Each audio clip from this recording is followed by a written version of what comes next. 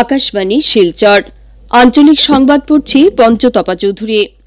আজকের বিশেষ খবর হল গৌহাটি ও শিলচর সংযোগকারী দ্রুত গতিসম্পন্ন করিডোর নির্মাণের প্রস্তাবে কেন্দ্রীয় সরকারের অনুমোদন। আগামী ২রা মে অনুষ্ঠেয় পঞ্চায়েত নির্বাচনের প্রথম পর্যায়ের জন্য আজ প্রচার অভিযানের সমাপ্তি। আসাম রাজ্য বিদ্যালয় শিক্ষা পর্ষদের অধীন চলতি বর্ষের উচ্চতর মাধ্যমিক চূড়ান্ত পরীক্ষার ফলাফল ঘোষণা। বরাক উপত্যকার ৩ জেলায়ও কলা, বিজ্ঞান, বাণিজ্য ও বৃত্তিমূলক শাখার ফলাফল ঘোষিত। এবং এবছরের হজ যাত্রার জন্য উত্তর পূর্বাঞ্চলের মোট ২,৭৮২ জন হজযাত্রীর প্রথম দলের আগামী ৩রা মে মক্কা ও মদিনার উদ্দেশ্যে যাত্রা। এবারে বিস্তারিত খবর। কেন্দ্রীয় সরকার ২২,০০০ কোটি টাকা ব্যয়ে মেঘালয়ের শিলংয়ের পার্শ্ববর্তী মাইলংখুং থেকে ৫ গ্রাম পর্যন্ত একটি দ্রুতগতি সম্পন্ন করিডোর নির্মাণের প্রস্তাবে অনুমোদন জানিয়েছে। প্রধানমন্ত্রী নরেন্দ্র মোদীর অধ্যক্ষতায় আজ নতুন দিল্লিতে অনুষ্ঠিত মন্ত্রিসভার রাজনৈতিক পরিক্রমা কমিটির বৈঠকে এই সিদ্ধান্ত গ্রহণ করা হয়। কেন্দ্রীয় তথ্য ও সম্প্রচার মন্ত্রী অশ্বিনী বৈষ্ণব বৈঠকের পর সাংবাদিকদের একথা জানিয়ে বলেন যে ১৬৬ কিলোমিটারেরও বেশি দৈর্ঘ্যের এই পথটি বরাক উপত্যকার সঙ্গে ত্রিপুরা, মণিপুর, মেঘালয় ও মিজোরামের যোগাযোগ ব্যবস্থা সুদৃঢ় করে তুলবে। পরিকাঠামো উন্নয়নের দিক থেকে গুরুত্বপূর্ণ এই প্রকল্পটি শিলচর, গুয়াহাটি ও শিলংয়ের মধ্যে আন্তঃশহর যোগাযোগ ব্যবস্থার উন্নয়ন সাধন করবে এবং ৬ নম্বর জাতীয় সড়কের যানজট সমস্যা হ্রাস করবে বলে মন্ত্রী জানান। কাজ সম্পূর্ণ হবার পর এই প্রকল্পটি আসাম, মেঘালয়, মণিপুর, মিজোরাম এবং ত্রিপুরার আর্থসামাজিক উন্নয়নে গুরুত্বপূর্ণ ভূমিকা পালন করবে বলে তিনি মন্তব্য করেন। 166 kilometers, 4-lane, access controlled. This will be the new highway which will basically provide a major connectivity to Tripura, Manipur and Mizoram. And because of the northeast terrain, 19 major bridges, 153 minor bridges, 326 culvert, 22 underpasses, 26 vehicle overpasses and 34 viaduct amounting to about 9 kilometers. बहुत ही complex project है and this will become a major lifeline for the entire north. আগামী ২রা মে প্রথম পর্যায়ের পঞ্চায়েত নির্বাচনের প্রচার অভিযান আজ সমাপ্ত হয়েছে। এই পর্যায়ে বরাক উপত্যকার ৩ জেলা কাছাড়, শ্রীভূমি ও হাইলাকান্দি সহ তিনসুকিয়া, ডিব্রুগড়, চড়াইদেও, শিবসাগর, মাজুলী, জোরহাট, গোলাঘাট, ধেমাজি, লক্ষিমপুর, শোনিতপুর ও বিশ্বনাথ জেলায় নির্বাচন অনুষ্ঠিত হবে। আজ নির্বাচনী প্রচারের শেষ দিনে সব রাজনৈতিক দলের প্রার্থীদের ভোটদাতাদের আকর্ষিত করার জন্য জোরদার প্রয়াস পরিলক্ষিত হয়েছে। মুখ্যমন্ত্রী ড হিমন্ত বিশ্ব শর্মা আজ গোয়ালপাড়ায়, রংজুলি, সারাপাড়ে এনডিএ মিত্রজোটের প্রার্থীর হয়ে প্রচার চালান। কেন্দ্রীয় মন্ত্রী সর্বানন্দ সনোয়াল আজ তিনসুকিয়া জেলার পানিতোলা গ্রাম এবং ডিব্রুগড় জেলার মানকটা খেলার মাঠে নির্বাচনী প্রচারে অংশগ্রহণ করেন। এদিকে বিরোধী দলের বেশ কয়েকজন নেতা আজ রাজ্যের বিভিন্ন প্রান্তে ব্যাপক প্রচার চালিয়েছেন। কংগ্রেস দলের রাজ্য সভাপতি ভূপেন বরা আজ হোজাই জেলার বিনাকান্দিতে প্রচারে অংশগ্রহণ করেন। এর আগে তিনি বিহুপুরিয়ায় দলীয় প্রার্থীর হয়ে প্রচার চালান। দলের নেতা রিপুন বরা এবং মীরা বরঠাকুরও আজ প্রচার সভায় অংশগ্রহণ করেন। কংগ্রেস নেতা প্রদ্যুৎ বরদলৈ আজ নওগাঁয়ে নির্বাচনী প্রচার চালান। এদিকে বরাক উপত্যকার ৩ জেলায়ও আজ ত্রিস্তরীয় পঞ্চায়েত নির্বাচনের প্রচার অভিযানের শেষ দিনে বিভিন্ন রাজনৈতিক দলের নেতারা ব্যাপক প্রচার চালান। রাজ্যের মন্ত্রী তথা অসম গণপরিষদ দলের সভাপতি কেশব মহন্ত আজ সোনাই বিধানসভা এলাকার কচুদরম বিদ্যালয়ের খেলার মাঠে দলীয় প্রার্থীর হয়ে প্রচারে অংশগ্রহণ করেন। তিনি কাপ্তানপুর, কাজীডহর জেলা পরিষদ সদস্য পদের প্রার্থী ফাতিমা বেগম লস্কর এবং দিদার ঘোষ নকদিরগ্রাম গাঁও পঞ্চায়েতের অগপ প্রার্থী খান বাহাদুর কাশিমের হয়ে প্রচার চালান। এছাড়া কংগ্রেস সহ বিরোধী দলের নেতারা এবং নির্দল প্রার্থীরাও আজ জেলায় ব্যাপক প্রচার চালান। শ্রীভূমি জেলায় আজ প্রচারের শেষ দিনে রাতাবাড়ির বিধায়ক বিজয় মালাকার ভৈরবনগর জেলা পরিষদ আসনের প্রার্থী রাজেশ দাসের হয়ে প্রচার চালিয়েছেন। বিজেপি নেতা সুব্রত ভট্টাচার্য আজ রাজাটিলা উমরপুরে অগবতলের জেলা পরিষদ সদস্য পদের প্রার্থী জাহাঙ্গীর আলম লস্করের হয়ে প্রচার চালান। এই আসনের কংগ্রেস প্রার্থী জিল্লুর নূর চৌধুরী আজ প্রচারের শেষ দিনে এক র্যালিতে অংশগ্রহণ করেন। লক্ষ্মীবাজার জেলা পরিষদ আসনের নির্দল প্রার্থী আমিনা বেগম আজ ঘরে ঘরে গিয়ে প্রচার চালান।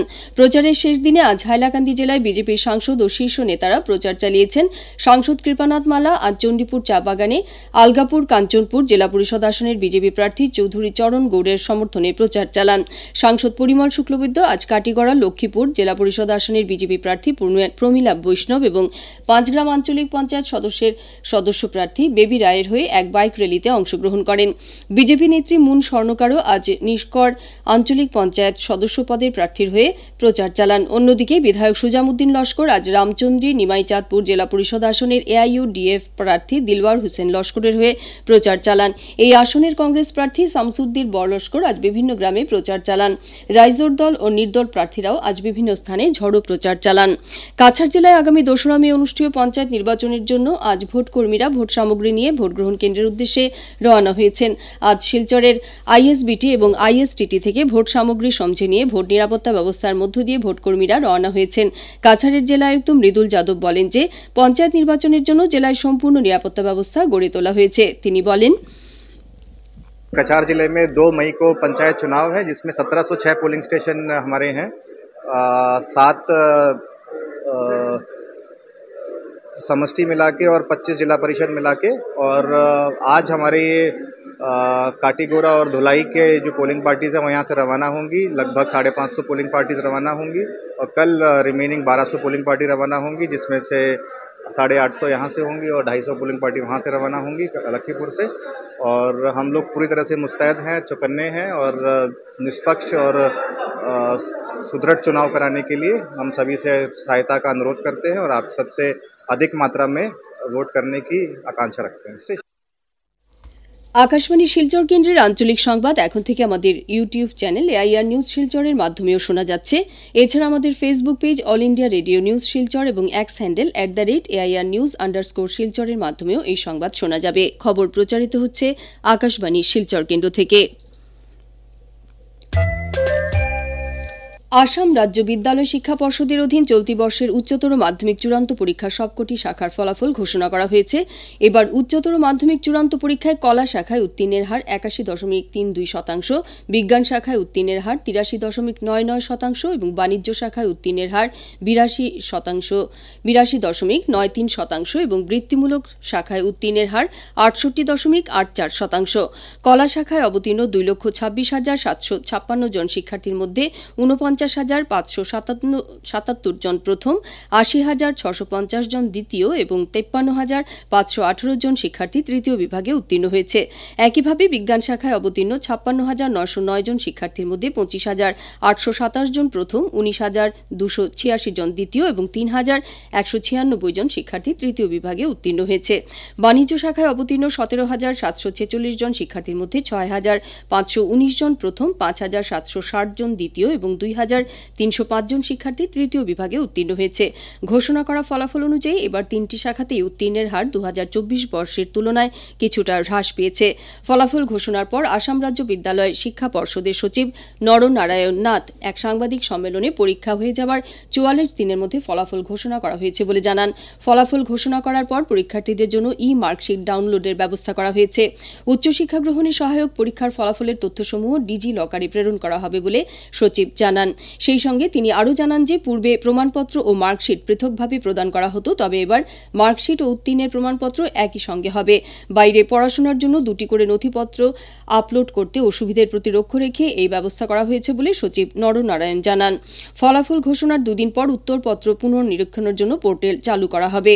এ সম্পর্কে সচিব শ্রীনাথ বলেন যে পরীক্ষার ফলাফলে অসন্তুষ্ট পরীক্ষার্থীরা উত্তরপত্র পুনর্নিরীক্ষণের এই পোর্টালের মাধ্যমে আবেদন করতে পারবে। সংশ্লিষ্ট পরীক্ষার্থী চাইলে পরীক্ষার্থীর ইমেইলে উত্তরপত্রের স্ক্যান কপিও প্রদান করা হবে বলে তিনি জানান। এদিকে উচ্চতর মাধ্যমিক চূড়ান্ত পরীক্ষার ফলাফল ঘোষণার পর শিক্ষামন্ত্রী ডাক্তার রনোজ পেগু এক সাংবাদিক সম্মেলনে সম্বোধন করে পরীক্ষায় সফল ছাত্রছাত্রীদের অভিনন্দন জানিয়েছেন। সেই সঙ্গে অসফল পরীক্ষার্থীদের নিরাশ না হয়ে পুনরায় প্রস্তুতি চালানোর আহ্বান জানান।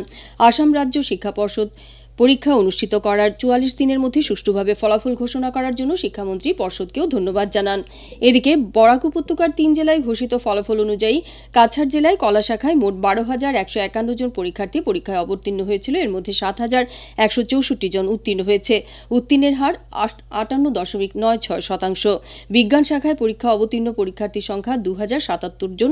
এর মধ্যে 1,681 জন উত্তীর্ণ হয়েছে। উত্তীর্ণের হার 80.93%। বাণিজ্য শাখায় মোট পরীক্ষার্থী 1,171 জন। এর মধ্যে উত্তীর্ণ হয়েছে 949 জন। উত্তীর্ণের হার 81.04%। শ্রীভূমি জেলায় কলা বিভাগে মোট 8,725 জন পরীক্ষার্থীর মধ্যে 6,971 জন উত্তীর্ণ হয়েছে। উত্তীর্ণের হার 79.16%। বিজ্ঞান বিভাগে উত্তীর্ণের হার 85.64% এবং বাণিজ্য শাখায় উত্তীর্ণের হার 68.36%। হাইলাকান্দি জেলায় কলা বিভাগে উত্তীর্ণের হার 66.15%, বিজ্ঞান বিভাগে 77.24% এবং বাণিজ্য বিভাগে উত্তীর্ণের হার 85.34%। এছাড়া বৃত্তিমূলক শাখায় কাছাড় জেলায় উত্তীর্ণের হার 39.29%, শ্রীভূমি জেলায় উত্তীর্ণের হার 100% এবং হাইলাকান্দি জেলায় উত্তীর্ণের হার 29.27%।